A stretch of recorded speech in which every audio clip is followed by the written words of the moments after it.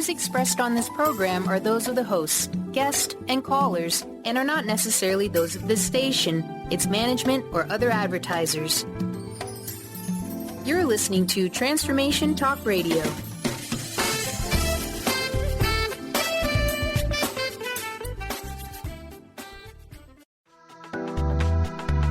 This show's audio was via a Skype call.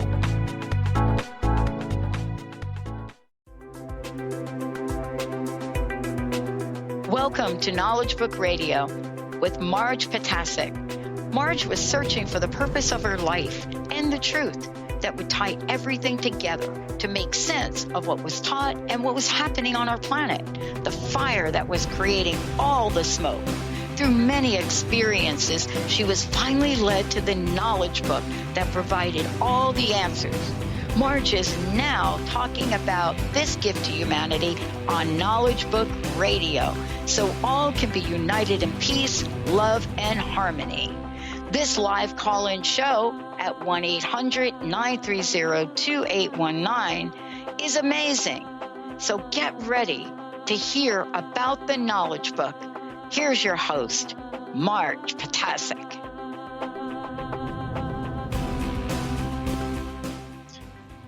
Hello, everyone. I'm Marge Potasic, and you are listening to the Knowledge Book Radio with Marge Potasic on Transformation Talk Radio. For the next hour, we will continue our series of Omega Talks, which is not what usually happens on the third Tuesday of the month, but I decided to move that up a week because of some unusual circumstances. So we'll be doing our usual fourth Tuesday Omega Talk on the third Tuesday. Okay. And this Omega Talk is part of a new program that started in 2017. It is part of the unification program of the Call to Friendship Association that is mentioned in the Knowledge Book in more than one place. So what's happening during these talks is that we connect science and spirituality. And we do this by discussing world knowledge and connecting it in some way to the Omega dimension. Now, the Omega dimension is the 19th dimension, and this dimension has been opened to us through the Knowledge Book for the first time. And today and this week, we are going to talk about dreams. But before we go on, the United States website is www.usa.theknowledgebook, all one word, .net.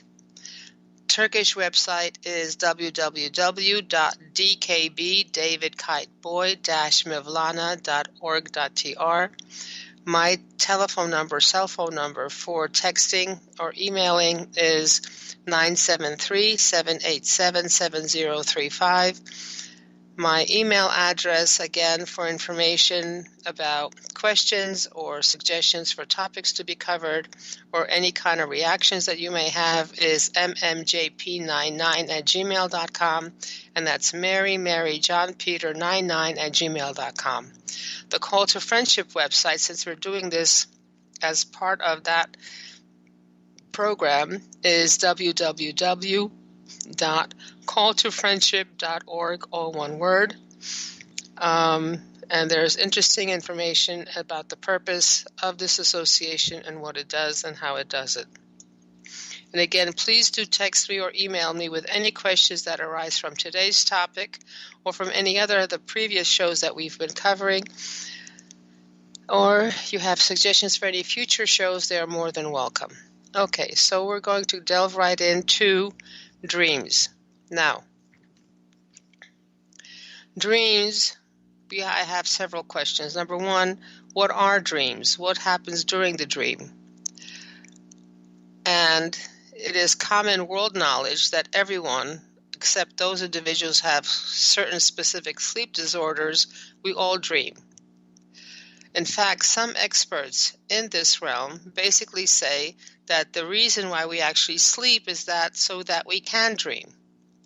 And animals that have been tested show signs that they are dreaming because of the eye movements that they make or their physical body movements that they make while they are sleeping. And they show the same kind of signs that humans do when humans dream. The other question I have is, or we have is, what do our dreams actually mean and why do we dream? So the definition of dreams, as far as Wikipedia is concerned, is that a dream is a succession of images, ideas, emotions, and sensations that usually occur involuntarily in the mind during certain stages of sleep. Now, the content and the purpose of dreams is not fully understood, although they have been scientifically studied and have been looked at both in the philosophical and religious dimensions throughout recorded history. And I'm sure all of us have, done a little bit of our own little research into what dreams are, what our own dreams mean, and what the possible consequences of our dreaming. When we actually look at the physiology of dreams, apparently the sleep cycle repeats itself about an average of 4 to 5 times per night, but can repeat itself as many as 7 times per night. And dreams can occur in any of the 4 stages of sleep. But the most vivid and memorable dreams actually are during the last stage of sleep, which is rapid eye movement, otherwise known as REM, R-E-M. Now, this is called rapid eye movement part because actually during that part of the dream stage, what happens is our eyes are seen to be moving very quickly and randomly. And this is the part where we are most restored, that we are most refreshed, and when our mind is actually being revitalized and our emotions are fine-tuned. In REM sleep, the mind, believe it or not, is just as active as it is during waking hours. So something is going on in our brains that is happening during the day and at night. However, there's a difference, and this difference is a chemical difference, because during the sleep and during dreams, noradrenaline and serotonin are not in the brain, and they're not in the dream state in the brain. Now, what these chemicals, this is noradrenaline and serotonin, this allows chemicals to carry out tasks, solve problems, and remember things. So this is not something that is going on during the dream, but it is happening during waking hours. So why do we dream? And which is it? Do we dream in order to sleep, or do we sleep in order to dream? And even though this question is debatable, researchers do agree that there is a purpose and an importance to dreaming. And all of us go through dreams and experience dreams, even if we may insist that we don't dream because we don't remember our dreams. And of course, there's also a question of, well, are our dreams a doorway to another dimension? And what happens is that dreaming actually allows us to work out many situations that we have encountered during our waking hours and in our physical waking life. Now, what does the knowledge book say about this? Well, as we learned from the knowledge book, dreams are a mechanism whereby our brain power is strengthened.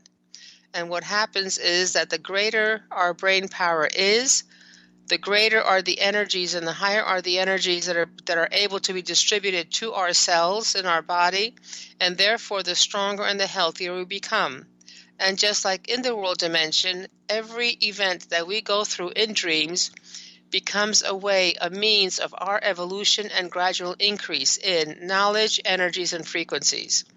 Now, these events are provided by the mechanism of influences, which you remember is the 10th dimension, and these energies are provided at each individual's need, capacity, consciousness, and evolution level. And this is the time, even though where we are not maybe ready for the energies of the 6th dimension, we are gradually being engrafted and given energies that from higher dimensions under the protection of the dream and under the protection of the mechanism of influences during our dreams. So what happens when we dream? According to the knowledge book, when we dream, we leave our physical body behind and we start traveling with our astral body to different dimensions where our physical body cannot enter yet. So we actually go into the astral body that is suited for the dimension to which we are going. So if we're going into the 6th dimension during our dream, or the 5th dimension during our dream, or the 7th dimension during our dream, then we are in the astral body that is suited for that dimension. Because a body can only survive in a dimension to which it is able to be accustomed to the energies that are provided by that dimension. So we could also meet people in dreams. We can communicate with those individuals and experience learning events with and through them. So if we dream of family members, we dream of our co-workers, we dream of situations, we're actually meeting those individuals in that astral plane because we're able to connect with each other in that dimension at that time in the astral plane. Now we are able to also attend meetings, are given knowledge, we make conscious choices, agreements, and covenants. Now, what dreams are remembered? And the knowledge book says that dreams close to the world dimension are remembered like a movie, while the dreams where we are in higher dimensions are forgotten as once we wake up. Missionary staff, meaning those individuals who are actually part of the knowledge book studies, being a council member or flower, coming to the focal point regularly and doing focal point studies, being a member of the totality of 18, and being a member of the flower of the totality of 18. These are the missionary staff, and these individuals are introduced and brought together with different frequencies in magnetic fields that their own particular frequencies cannot reach or enter. However, they are being supervised by the system, they are supervised by the mechanism of influences, and they are always protected. So nothing is given to us before we are ready, and it is suitable for us. Now, what kind of types of dreams are there? So experts believe that dreams can be classified into 10 types of dreams. Okay, so the first is psychological healing dreams. And although these dreams can be disturbing, they differ from nightmares in that they represent situations from the conscious past and daily living. These dreams will often occur at times of stress or when important decisions arise. These dreams are not negative as they help heal and overcome negative emotions. Personally, during a time of great upheaval and transition in high school, I would dream, and eventually those dreams would disappear and the situation would disappear as well. There are also belief dreams. This is number 2 type of dream. Now, dreams have played a part in shaping religious and belief systems across the planet, from Jacob's dream of angels in the Bible to Muhammad's dream inspiring his spiritual mission in the Quran to the dreaming of the Australian Aboriginals. Subsequently, dream interpretation and analysis has been an ingrained component of humankind. The third kind of dream is problem-solving dreams. These dreams are designed to impart a message to the sleeper that will aid them in overcoming a problem in their conscious life. It is said that very often such messages are delivered by a messenger whose identity is of utmost importance in discerning the message. There are also physiological dreams, and that's number 4. Some dreams are said to be direct reflections of our needs in the conscious world. For example, a dream where the sleeper is shivering in the snow may simply mean an extra blanket is required. Number 5 kind of dream is dreams of daily life. Dreams that incorporate familiar faces and places do not necessarily reveal hidden symbolic images from the subconscious. They are simply reflections of everyday life. These types of dreams can incorporate activities going on while we sleep. For example, a phone ringing may initiate a dream about communications with a family member.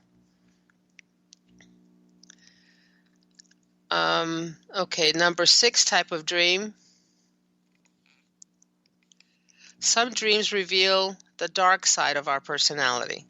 This does not mean that we are evil. It basically refers to the fact and what Carl Jung described as the shadow self, the parts of ourselves we repress and we keep hidden. An example might be a nun who dreams she is promiscuous. And such dreams science thinks, are designed to balance our personality and give vent to emotions we would not usually seek to experience. The next one is recurring dreams. Repeating dreams that are signs that we are not paying attention to the message given. Something like happens in our regular life. We are faced with a situation to which we have not made the choice that actually meets the criteria of learning the lesson for that situation, so we get the same situation over and over again, escalating as we go along. So the same thing happens in dreams. So if we ignore the message that we get through dreams, that means we can then leads to unresolved issues in our waking lives. The intent of the subconscious in these instances is to find a dream which impacts upon the dreamer in the most beneficial way. The subconscious may have tried numerous other attempts before implementing the dream that will be repeated. The subconscious does this because it believes it has found a means to break through. Thus, repetition is used. So each one of these stages of sleep, or different types of sleep, has its own particular purpose and has its own particular way of manifesting. So we continue with the types of dreams, and number 8 is lucid dreams. Such dreams have been the subject of much research. In these dreams, the sleeper is actually aware that they are sleeping and then they're in the dream state. And the dream is so vivid and it seems so real. However, the events and characters will often be greatly exaggerated. Because the sleeper is aware of dreaming, he or she will often manipulate the outcome so they can make conscious choices to deal with the fear that is presented in a nightmare, to deal with the situation that they are faced, that they have fear about, and they will face that situation, say, boo to the monster that comes and the monster gets chased away, and we are then much stronger when we get up. But it is thought that these are not messages of deep symbolic value. Actually, my personal opinion is that lucid dreaming and lucid dreams are a mechanism as part of the dream channel of the knowledge book, and they actually escalate, and they're a progression in our dream state into higher dimensions. Then, of course, we have number 9, which are psychic dreams. And some people don't believe that psychic, including prophetic dreams, exist. However, what science says that these are explained, the psychic dreams are explained away as merely the subconscious absorbing information from the conscious world and making assumptions about likely behavior. When these behaviors are played out later, the conscious individual perceives they have predicted the future in a dream. However, this does not account for incidents where premonitions of unforeseen natural disasters and death have taken place. Or we may be remembering what we had done in the dream, and it may show up to us as a déjà vu experience, meaning we had encountered this kind of a situation in our dream in the place where the situation is occurring, and when we meet that situation in the place where that situation happened, we sense it as deja vu, as we have lived through this before, because we have lived through it before in the dream. And of course, number 10, the last type of dream, are nightmares. And these are the most emotionally draining of all the dream types that there are. And these nightmares actually represent major issues in our waking lives that the subconscious drives the sleeper to acknowledge through fear. A great portion of people, however, ignore the cues and engage in terror. It must be remembered that all dreams, even nightmares, are designed by the subconscious to help us. So science basically is saying that dreams are a mechanism by which we somehow deal with our situations in real life, deal with issues such as fear, such as jealousy, such as whatever it is that we're facing at that particular point in time. And they have a way of pointing out to us a way of going around and facing the situations and maybe giving us solutions. I know many people have said, and science has proven, if we are stuck on a problem and we cannot find the problem, we cannot find the solution rather, and we think about it and we think about it and we think about it and we can't come to anything. Finally, somebody says, all right, let's sleep on it. And when we go to sleep, somehow during our dream state, we arrive with an answer, and we wake up with an answer that we could not have arrived at if we had not gone to sleep. I'm sure more than one of us have actually experienced this. And sometimes I come up with an answer after having slept that I could not in any way, shape, or form connect with prior to that time. Now, what have we covered with some physiology? We covered the different kinds of dreams, but what about the structure of dream itself? So there are theories, and they have different theories on what the structure of dreams, about the structure of dreams, but it is generally agreed that they are comprised of 4 phases, kind of like a play is structured. In the first phase, called the exposition, the initial situation, circumstance, setting is presented. And already we have an allusion to the conflict that is going to be expressed in the dream. In the second phase, there is the plot, and that contains the storyline that has the essential change that's needed in the dream, or that we need to arrive at. And this, of course, goes to and paves the way for the third phase, which is the culmination. And in this phase, the important things take place. Weave the dream towards closure, which is the fourth phase.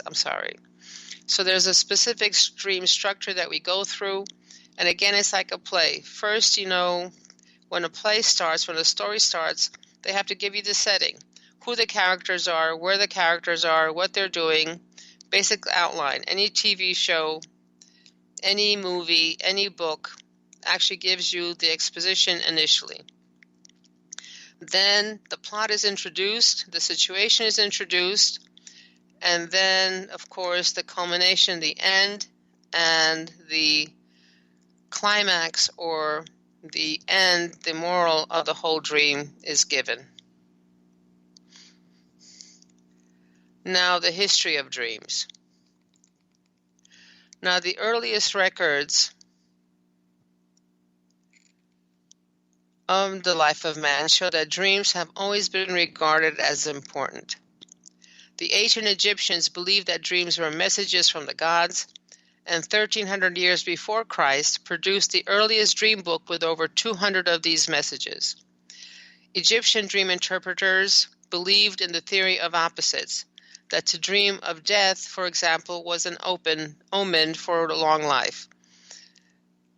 And the ancient Egyptians also believed that dreams related to the adventures of the soul when it leaves the body during sleep. And this actually agrees and supports the knowledge given in the knowledge book, because the Egyptians felt that in dreams the soul left and went traveling in other dimensions, and the knowledge book actually says exactly the same thing. Okay. In some African tribes, dream life is held almost as important as waking life. And even today it is believed that dream battles take place and warriors wake up with sore arm muscles, assuming that they have been wielding their clubs during the night. The Zulu people regard dreams as messages from ancestors rather than gods.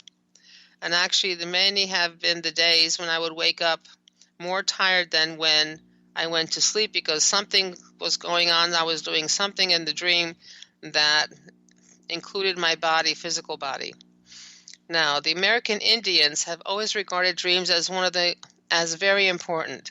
So after a boy was initiated, those boys with very rich dream life, who can then come back and talk about those dreams in detail, these people were regarded as very wise individuals and very valuable to the tribe. Greeks believed dreams to be divine messages. Many sacred places in Greece were used for dream incubation. In other words, there are specific places where dreams were built, or they produced more dreams during that time, or they remembered more dreams during the place where these was held. And they were also using drugs and herbal potions to make sure that the person slept and were able to dream. And dreams are actually looked at and regarded as important prophecies with special reference to ailments and afflictions. Now, of course, we have the famous dreams where the answers are given.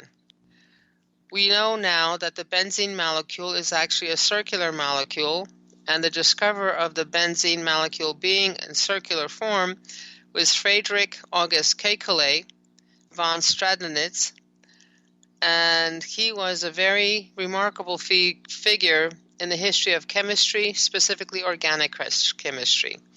What Kekulé dreamed was that a snake grabbed its own tail, and when he woke up, he realized that the benzene molecule was not linear, like most other known organic compounds, but had a circular structure, and therefore he solved this problem of what benzene molecule looked like, and was an issue at that time because nobody could figure out what the benzene molecule looked like. They expected it to be in a linear form, however, it was a circular form. Of course, we've heard about Albert Einstein. I think mostly all of us have heard about Albert Einstein, and he's of course, very famous scientist of all time. And he produced one of the most famous theories because of a dream. Of course, most of us know the famous formula E equals mc squared, meaning energy equals mass times the speed of light multiplied by itself, which is the equation for the theory of relativity. And all of us associate this formula with Albert Einstein. And this theory, among other things, asserts that time travel is possible when energy and mass are equivalent and transmutable. So when energy changes to mass and mass changes into energy, that's when you can travel in time. Now, I certainly didn't know the fact that Einstein was able to put forth this theory because he had a dream. And in the dream, he was hurtling down a mountainside going faster and faster. And when he started to approach the speed of light, he looked to the sky and saw the stars were altered in appearance. Because we know that according to this theory, the faster you go, time slows down and objects change in appearance. Okay. Now, there's also the dream that Abraham Lincoln had just before he died, like a couple of days before he died. Now, Abraham Lincoln was very much a believer of the worth of the subconscious. He often claimed to have been given dreams of major significance in his life as well as his political career. And ironically enough, President Lincoln had one of these very important dreams just before he was assassinated. He told his dream to his wife just days before his death. And what he dreamed was that there was a corpse that was being guarded in the White House. And when he asked the soldier who had died, the soldier replied, "It is the president." So he basically knew that he was dying or was going to die. And of course, there's the famous sewing machine dream of Elias Howe. He wanted to build a machine that could be used for sewing. Now, what he wanted to do, his concept was to have a needle that's attached to a machine that would go through the material. Initially, Howe tried using a needle with a sharp point at both ends and an eye in the middle, but that kind of a design did not work when he put it into practice. Howe could not quite link the entire project into a working model until one day he had a dream.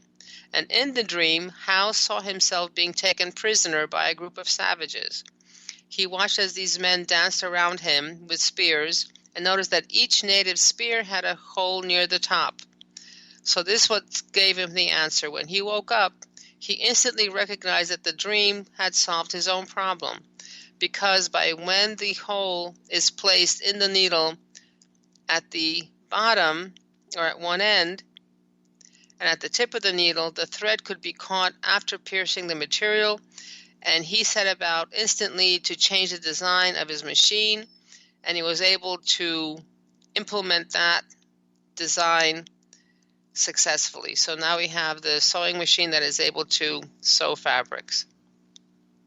And I don't know whether you know about Mendeleev. He was a Russian aristocrat and academic who firmly believed that the basic elements of the universe, in many different combinations that with each other, comprise all physical matter. However, he himself could not understand, could not comprehend, or explain what seemed to be these random properties of the building blocks until he took a nap one day while vacationing with his family. So what Mendeleev saw in his dream was that the basic elements of the universe flowed like the progression of a musical sequence, orderly and beautifully. And when he awoke, he outlined every element in order, and his sequence became known as the periodic table of elements that is now represented and shown in all the chemistry texts. So again, the answer came in a dream. Now, of course, there are many dream theories as to what's going on and how it's going on and how do we understand what the dreams are telling us or what do we do in dreams. When people think about dream interpretation, their thoughts primarily turn towards either Sigmund Freud or Carl Jung. Now, these individuals influence the understanding of dreams, but they are far from the founding fathers of dream analysis. In fact, it is highly likely that Freud and Jung, at minimum, enhanced dream interpretation by provoking thought in mainstream Western society. They got the masses thinking outside the box. Freud believed that dreams were composed of two principles. One is wish fulfillment, and the other is manifest versus latent content. Freud believed dreams are the expression of a repressed wish that we would rather not admit to. As such, a dream being an unfulfilled wish is indicative of a conflict within the psyche. And in deciphering dreams, Freud believed that this conflict within the mind could be resolved via a technique called free association. And the words that you come up with during free association basically eventually leads you to the conflict, that eventually leads you to understanding what you are facing and being able to resolve that situation. However, during this free association time that we get with the analyst, the dreamer is actually steered toward focusing on the thoughts and emotions the dream produces and not its direct content. So the focus is on thoughts and emotions that are felt during the dream, but not what you're actually thinking or actually doing in the dream. And Freud believed that this technique, once initiated, led to the flow of more thoughts and emotions associated with that dream. And therefore, the person, the dreamer, could actually understand what they are dreaming, why they are dreaming it, and resolve their situation. Now, Carl Jung was a colleague of Freud, and he shared the opinion that an unconscious and unseen entity existed. So there is something called the unconscious that we do not see, that we do not know, that we cannot get in contact consciously. And Jung believed that the subconscious was a gift designed to impart wisdom, and that dreams were a direct means to communicate with the unconscious specific to the dreamer. So every dreamer had its own particular unconscious, had its own particular situation, and dreams were basically a means by which to connect with what's in our unconscious and subconscious. Now, Jung claimed that every image that we see in the dream and visualized by the dreamer reflected something inside that person. And one of the main theories in Jung dream interpretation was that of the collective unconscious. So there's something that is common to all of us, that there are symbols that are common to all of us, and they are shared by every human being, but retained in an unconscious level. So when we see a particular symbol, there is something that hits us. We don't know what, we don't know how. However, we react to that symbol.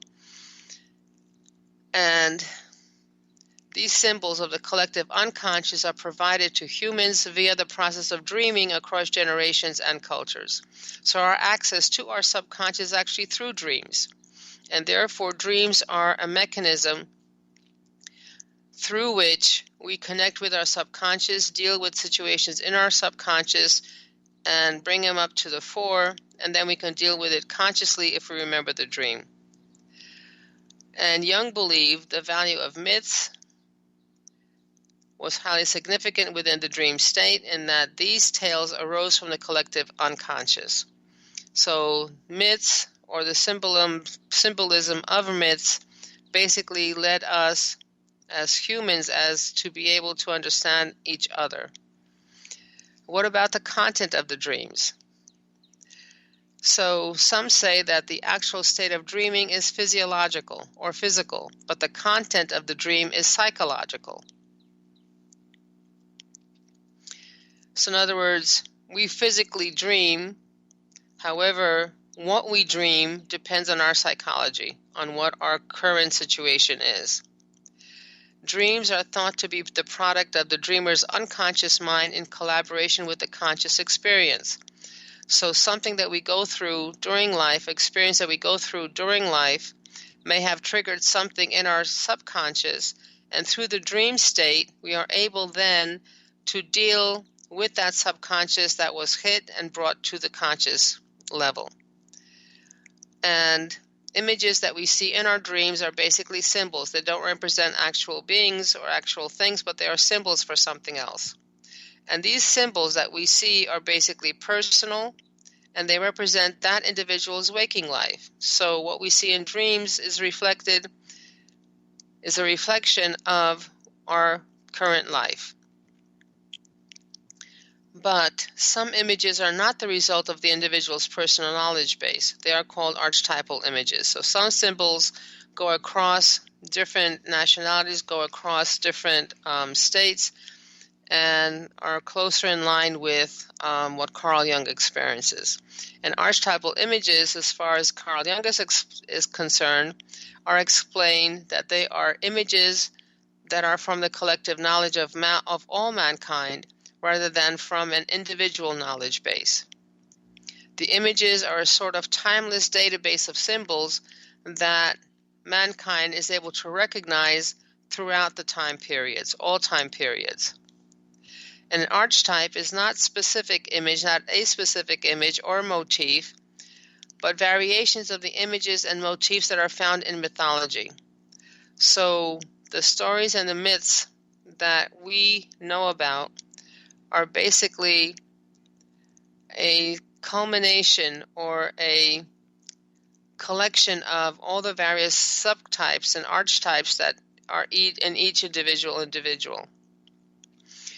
Archetypal images in Jung's theory are associated with very deep emotional issues, whereas the typical dream images addresses current waking emotions. So again, what we are going through in life is what we're going through in dreams, and dreams allow, as far as world knowledge is concerned, for us to be able to connect with our unconscious, to be able to deal with situations that we're going through that the unconscious has been affected by, and be able to resolve them in our conscious state. Now, dream symbols are the images that are featured in a dream. Now, these images could be a building, could be a relative, an animal, a train, whatever, or water. Dreams can also be interpreted in a literal sense, with the symbol representing itself. However, most symbols are metaphorical. And symbols point to the emotions and instincts of reality. They do not lie or deceive. They have no direct fixed meaning and are unique to the dreamer.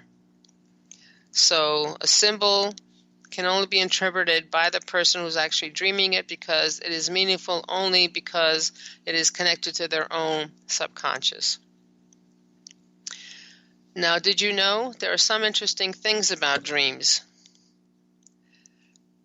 Every adult, no matter how much they proclaim that they never dream, they dream every night for a total between 1.5 to 3 hours. That's minimum. And the quality of the dreams that they have depends, at least in part, on the stage of sleep in which the dreams occur. When the dream occurs in REM state,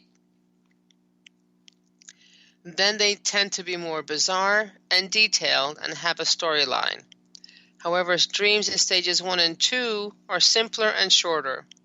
And deep sleep dreams tend to be diffused and may be about nothing more than a color or an emotion.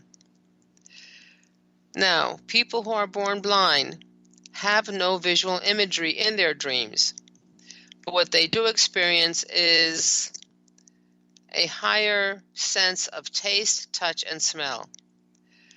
And those individuals who become blind or become sightless between the ages 5 and 7, they may have visual images in their dreams, but those who lose their vision after age 7 continue to see in their dreams, though their images tend to fade as they do grow older. So if you are able to dream and you dream visually, that's connected to the fact that you actually see during real life. And for reasons that are still unknown, males dream of males more often than females dream of males. You would think that this would be counterintuitive, that women would be more likely to be dreaming of men rather than men dreaming of men. And actually, this asymmetry, the sexual asymmetry, is universal and has emerged from at least 29 different comparisons of male and female dreams, and it holds true for children, adolescents, and adults in all parts of the world. When deprived of dreams, individuals become irritable and disoriented. They hallucinate, and they show signs of psychosis. Actually, sleep deprivation is a torture technique because this has had such a profound effect on our bodies, on our overall sense as a human being, and our overall health as a human being.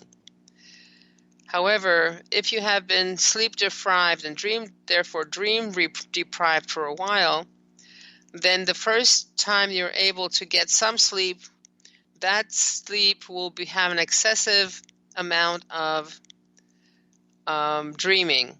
And this is what's called as REM rebound. In other words, you're making up for lost time as far as dreaming and continuing to dream.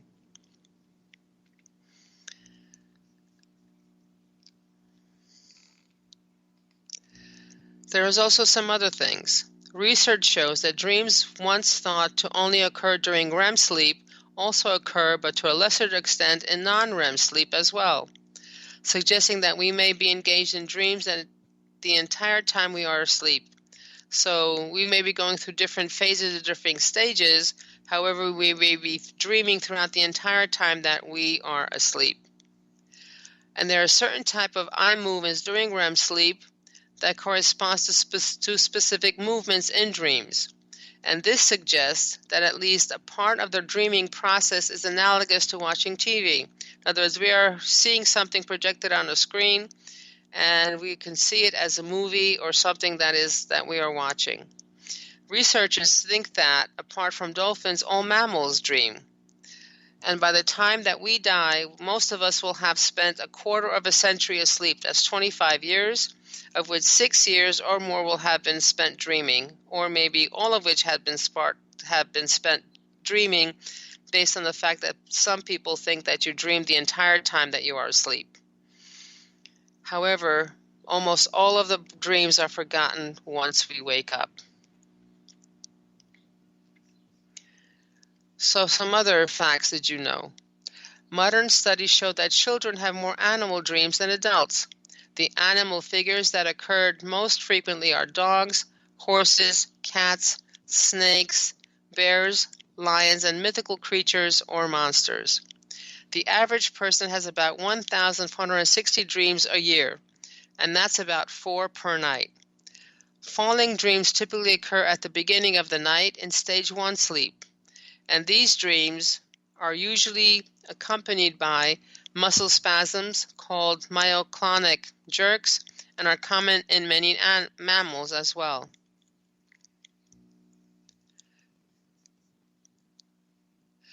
Now, of course, the question is, do animals dream?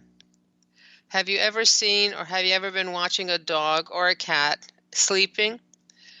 The dogs may whimper, they may move their legs as if they're running or doing something during their sleep, or maybe a cat will bat at something unseen during its sleep.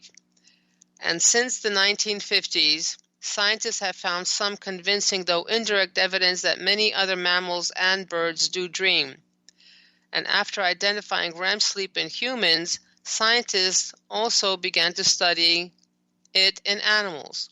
And almost all mammals and birds that have been studied, from dogs and cats to duck-billed platypuses and even reptiles, seem to go into this stage of rapid eye movement sleep.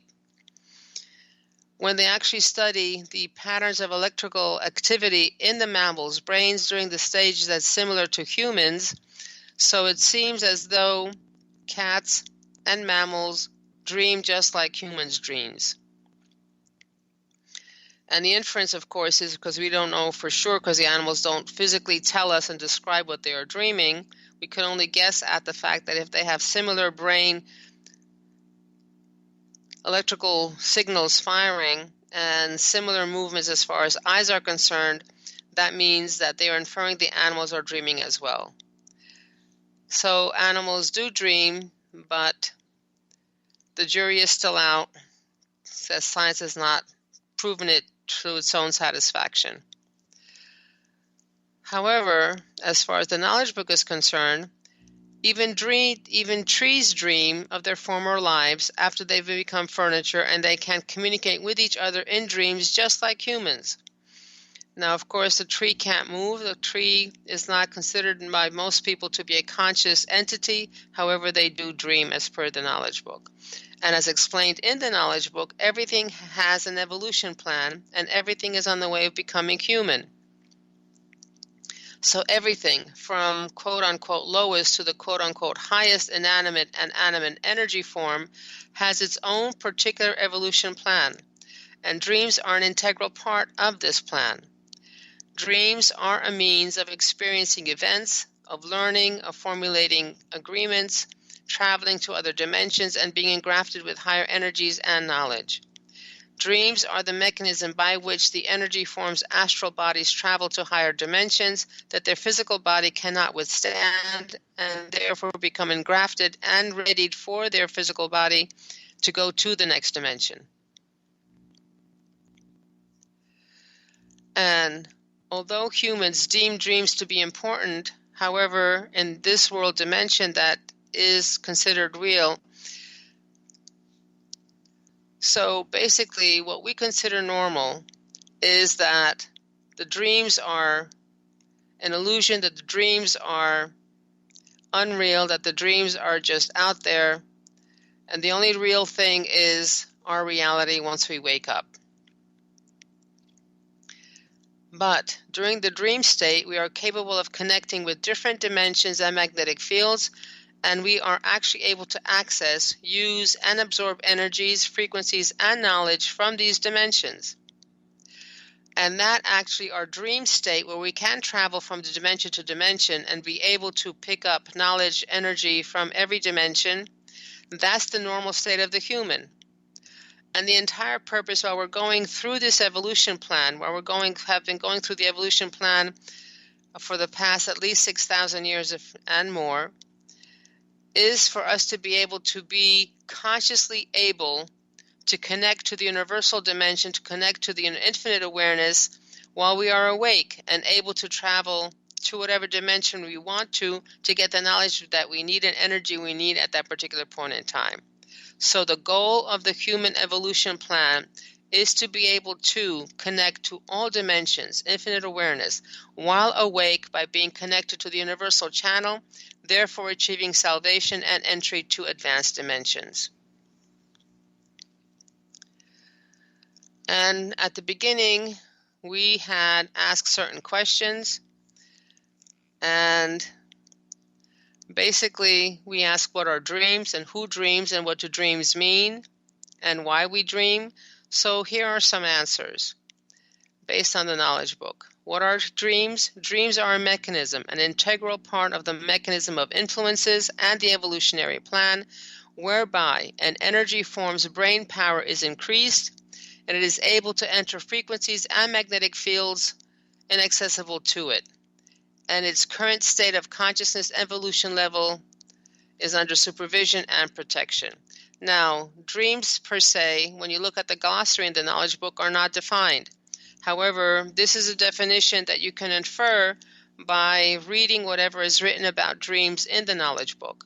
So, the purpose of dreams is to be able to, for us to be able to increase our brain power, to be able to travel to other dimensions, to become familiar and comfortable with the energy of other dimensions and bring back knowledge from other dimensions. So those are the knowledge that we come back with. That's the answers that we come back with. All the knowledge is out there. All our answers are out there. However, we need to be able to be in a form to be able to connect with that knowledge. Okay? So who dreams? Well, every energy form dreams, as every energy form is on the evolution path, on its way to becoming human. So trees dream, pieces of furniture dream. It looks like everything is dreaming, but they are dreaming in their own particular dimension at that particular point in time of their own evolution plan. So we can infer from the knowledge book that everything dreams, because everything, every energy form is on the evolution path on its way to become a human, which for me was a big eye-opener. Of course, we don't have the equipment, we don't have the methodology that allows us to actually measure the dreams of trees or measure the dreams of tables or measure the dreams of anything that we are using. However, eventually it looks like we will be able to measure these slight variations, very subtle variations of energy, to be able to know and measure this. And what do dreams mean?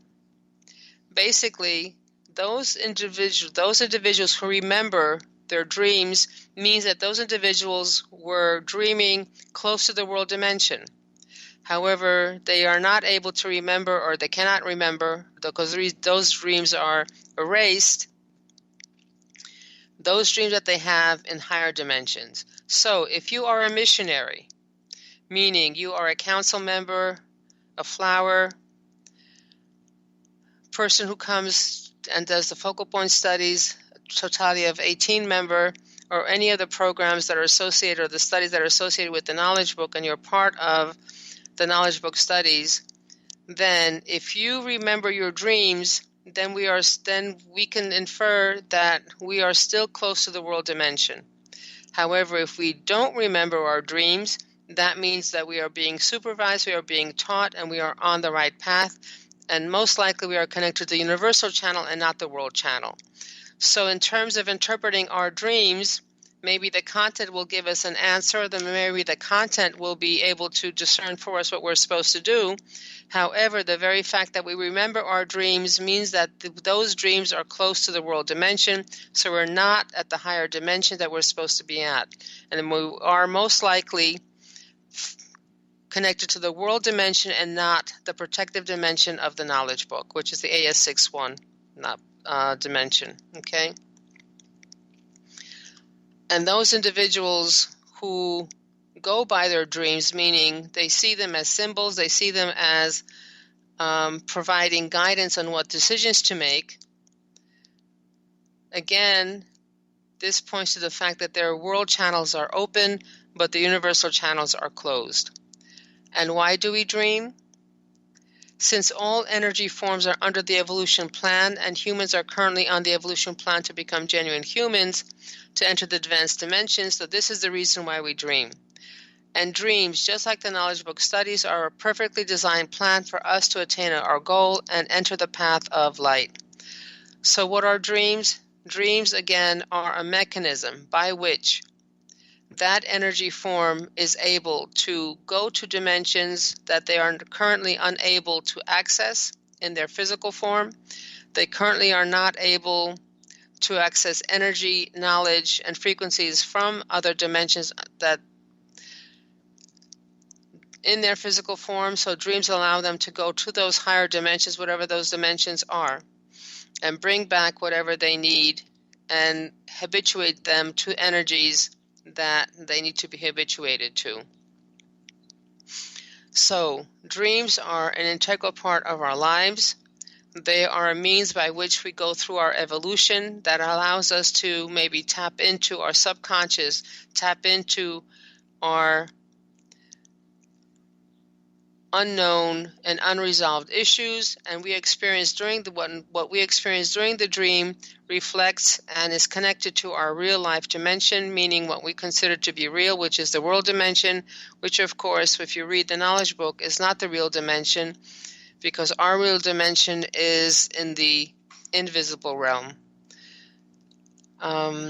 Okay, so now it's almost time to wrap up.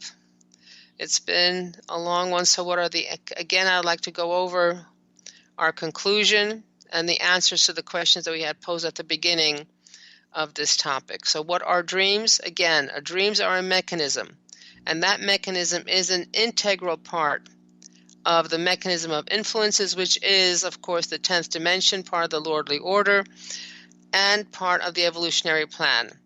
And in this process, in this mechanism, this is where any energy form that their brain power is increased, and it is able to enter frequencies and magnetic fields inaccessible to it at its current state of consciousness and evolution level under supervision and protection. Who dreams? Every energy form dreams, because every energy form is on an evolution path to become a human. What do dreams mean? Basically, if you remember your dreams, that means you're dreaming close to the world dimension, which means you're not on the right path, while those individuals who forget all their dreams are actually being connected to higher dimensions, are being taught and supervised, and they're on the right path. And why do we dream? We dream to evolve. And this is the end of the program. We didn't have time to take a break this time.